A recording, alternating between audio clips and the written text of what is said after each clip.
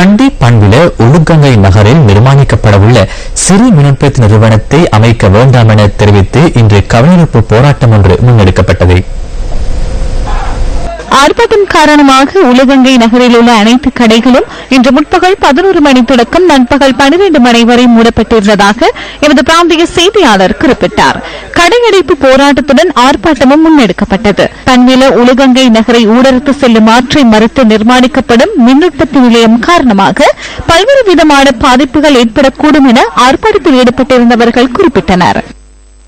இந்த power house கட்ட போறாங்க. எங்களோட வெள்ளடுப்பெல்லாம் இந்த ஆறுல தான் கழுவுறது.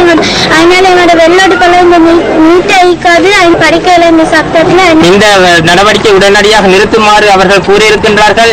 இருந்தாலும் யார் இவர்களுக்கு உதவி செய்கின்றார்களோ அவர்களுக்கு எதிராக நாங்கள் தொடர்ந்து போராடுவோம் என்பதை நாங்கள் இந்த இடத்திலே கூறிக்கொள்கின்றோம். முயற்சியை வன்மையாக கண்டிக்கின்றோம்.